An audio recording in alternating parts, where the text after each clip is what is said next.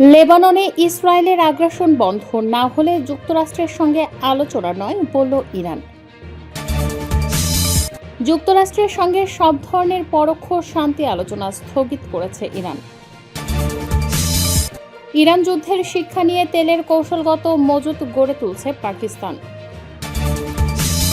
পারমাণবিক বিষয়ে কখন কি পদক্ষেপ গ্রহণ করতে হবে তা আমাদের জানা আছে বলল ইরান।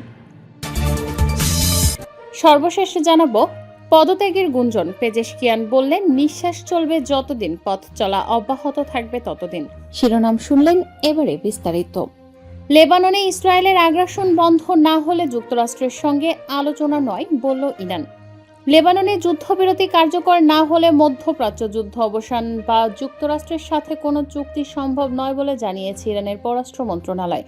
একই সাথে ইসরায়েলের বিরুদ্ধে যে কোনো প্রতিরোধমূলক পদক্ষেপ নিতে হিজবুল্লাহকে সমর্থন দিয়ে যাবে তেহরান।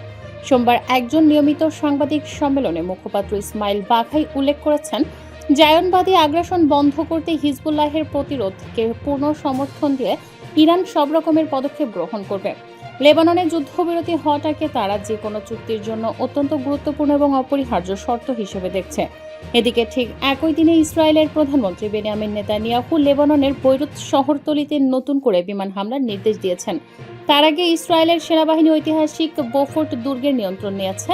নেতানিয়াহু বলেছেন, হিজবুল্লাহ নিয়ন্ত্রিত এলাকাগুলোতে দখলদারিত্ব আরও বাড়ানো এবং সম্প্রসারণ করাই এখন তাদের মূল লক্ষ্য। ইরান হিজবুল্লাহকে তার অন্যতম প্রধান আঞ্চলিক মিত্র হিসেবে বিবেচনা করে। ইসমাইল বাঘাই আরও বলেন, লেবাননের স্বাধীনতা ও প্রতিরোধ আন্দোলনকে সহায়তা করতে ইরান সর্বোচ্চ চেষ্টা চালিয়ে যাবে।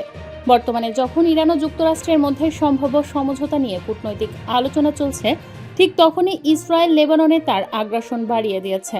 এমত অবস্থায় ইরান স্পষ্টভাবে জানিয়ে দিয়েছে যে হিজবুল্লাহ ও লেবাননকে সমর্থন দেয়া তারা কোনোভাবেই বন্ধ করবে না।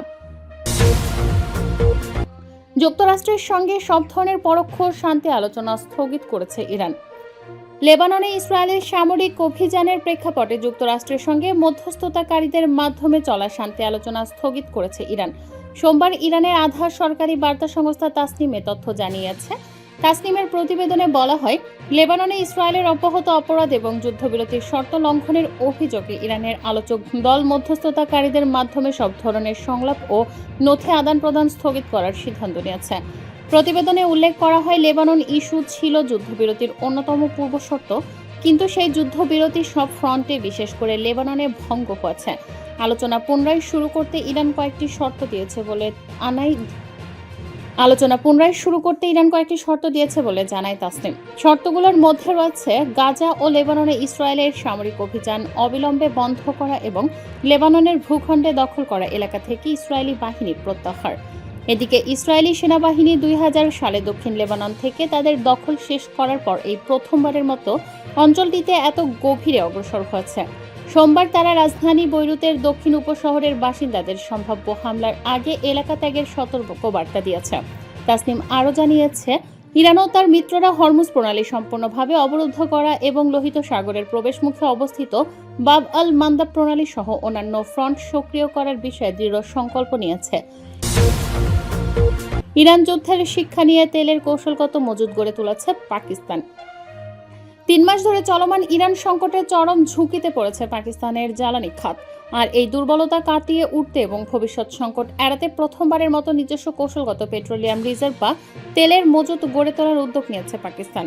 সোমবার একজন জাপান ভিত্তিক সংবাদ মাধ্যম নিক্কেই এশিয়ার এক প্রতিবেদনে বলা হয়েছে, পাকিস্তানের জ্বালানি মন্ত্রণালয়ের অধীন পেট্রোলিয়াম বিভাগ সম্প্রতি কৌশলগত তেল মজুত গড়ে তোলার সম্ভাব্যতা যাচাই একটি সমীক্ষা পরিচালনার জন্য দরপত্র আহ্বান করেছে। সরকারি নথিতে উল্লেখ করা হয়েছে, সাম্প্রতিক সময়ে বৈশ্বিক জ্বালানি বাজারে অস্থিরতা এবং সরবরাহ ব্যবস্থায় অনিশ্চয়তা দেশটিকে দীর্ঘমেয়াদী নিরাপত্তা ব্যবস্থার প্রয়োজনীয়তা উপলব্ধি করিয়েছে।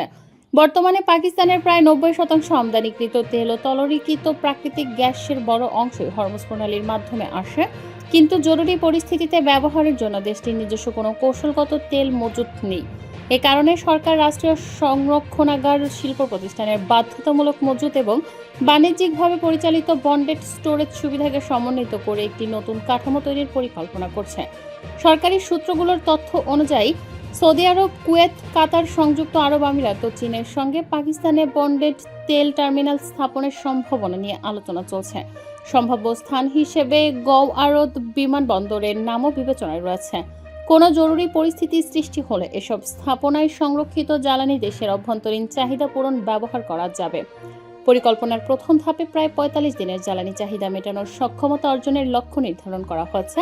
পরবর্তী সময়ে তা বাড়িয়ে ৯০ দিনের সমপরিমাণ মজুদ গড়ে তোলার পরিকল্পনা রয়েছে। আন্তর্জাতিক জ্বালানি সংস্থার সুপারিশ অনুযায়ী আমদানি নির্ভর দেশগুলোর কমপক্ষে ৯০ দিনের তেল মজুদ রাখা উচিত। পারমাণবিক বিষয়ে কখন কি পদক্ষেপ গ্রহণ করতে হবে তা আমাদের জানা আছে, বলল ইরান। যুক্তরাষ্ট্রের বিরুদ্ধে যুদ্ধবিরতি লঙ্ঘনের অভিযোগ এনে কঠোর অবস্থানের কথা পুনরায় ব্যক্ত করেছে ইরান। তেহরান বলেছে, দেশের নিরাপত্তা ও পারমাণবিক কর্মসূচি সংক্রান্ত বিষয়ে কখন এবং কিভাবে পদক্ষেপ নেওয়া হবে সে সিদ্ধান্ত ইরান নিজেই নেবে। একই সঙ্গে প্রতিবেশী দেশগুলোর ভূখণ্ড ব্যবহার করে ইরানের ওপর হামলা চালানো হলে সংশ্লিষ্ট লক্ষ্যবস্তুতে পাল্টা জবাব দেওয়ার অধিকার তাদের রয়েছে বলেও দাবি করেছে দেশটি। সোমবার ইরানের পররাষ্ট্র মন্ত্রণালয়ের মুখপাত্র ইসমাইল বাঘাই এক বিবৃতিতে বলেন, যেসব রাষ্ট্র তাদের ভূখণ্ড বা সামরিক স্থাপনা অন্য দেশের বিরুদ্ধে হামলার কাজে ব্যবহারের সুযোগ দেয় তারা আন্তর্জাতিক আইনি দায়িত্ব লঙ্ঘন করে। কুয়েতে ক্ষেপণাস্ত্র ও ড্রোন হামলার খবর প্রকাশের পর দেয়া এক প্রতিক্রিয়ায় তিনি এ মন্তব্য করেন। বাঘাই ইউরোপীয় ইউনিয়নের সমালোচনা করে বলেন, আত্মরক্ষার অধিকার প্রয়োগের ঘটনায় ইরানের নিন্দা জানানো হলেও যুক্তরাষ্ট্রের পদক্ষেপের বিষয়ে একই ধরনের অবস্থান দেখা যায়নি। তার ভাষায়, এ ধরনের প্রতিক্রিয়া দায়িত্বজ্ঞানহীন এবং দ্বিমুখী মানসিকতার পরিচয় বহন করে। এর আগে ইইউ এক বিবৃতিতে কুয়েতে হামলার ঘটনাকে দেশটির সার্বভৌমত্বের জন্য হুমকি এবং আঞ্চলিক স্থিতিশীলতার জন্য উদ্বেগজনক বলে উল্লেখ করেছিল। সাপ্তাহিক সংবাদ সম্মেলনে বাঘাই আরও জানান, বর্তমানে ইরানের পারমাণবিক কর্মসূচি নিয়ে যুক্তরাষ্ট্রের সঙ্গে কোনো কারিগরি বা বিস্তারিত আলোচনা চলছে না। তিনি বলেন, পারমাণবিক বিষয়ে কখন সিদ্ধান্ত নিতে হবে তা তেহরান ভালোভাবেই জানে। বর্তমানে তাদের প্রধান লক্ষ্য চলমান সংঘাতের অবসান ঘটানো। একই সঙ্গে তিনি অভিযোগ করেন, যুদ্ধবিরতি কার্যকর থাকার কথা থাকলেও যুক্তরাষ্ট্র তা লঙ্ঘন করে চলেছে। ইরানের জাতীয় নিরাপত্তা রক্ষার স্বার্থে প্রয়োজনীয় সব পদক্ষেপ নেওয়া হবে বলেও সতর্ক করেন তিনি। অন্যদিকে মার্কিন সেনাবাহিনী ইরানের গোরুক শহর ও কেশম দ্বীপে রাডার এবং ড্রোন স্থাপনায় হামলার কথা স্বীকার করেছে।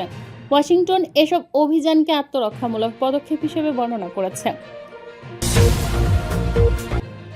পদত্যাগের গুঞ্জন, পেজেশকিয়ান বললেন, নিঃশ্বাস চলবে যতদিন, পথ চলা অব্যাহত থাকবে ততদিন। ইরানের প্রেসিডেন্ট মাসুদ পেজেশকিয়ান পদত্যাগের খবরকে পুরোপুরি ভিত্তিহীন বলে উড়িয়ে দিয়েছেন। তিনি স্পষ্ট জানিয়ে দিয়েছেন, যতদিন তার নিঃশ্বাস চলবে ততদিন তিনি নিজের দায়িত্ব পালন করে যাবেন। সোমবার এক প্রতিবেদনে এ খবর জানিয়েছে ইরানের সংবাদ মাধ্যম প্রেস টিভি। রোববার মন্ত্রিসভার বৈঠকে তিনি বলেন, যতদিন আমার নিঃশ্বাস চলবে আমি আমার পথ চলা অব্যাহত রাখব। আমরা হয় শক্তির সঙ্গে এগিয়ে যাব, নয়তো শহীদ হব। উভয় ক্ষেত্রেই এটি আমাদের জন্য বিজয়।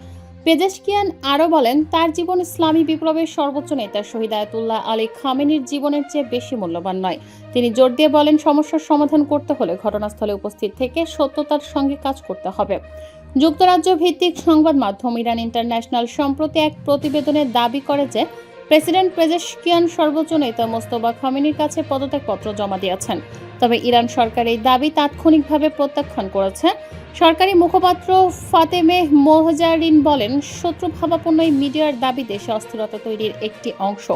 যখনই জাতীয় ঐক্য আরও মজবুত হয় এবং জনগণ সংকটের সময় একত্রিত হয়, তখন এমন গুজব ছড়ানোর চেষ্টা বাড়ে।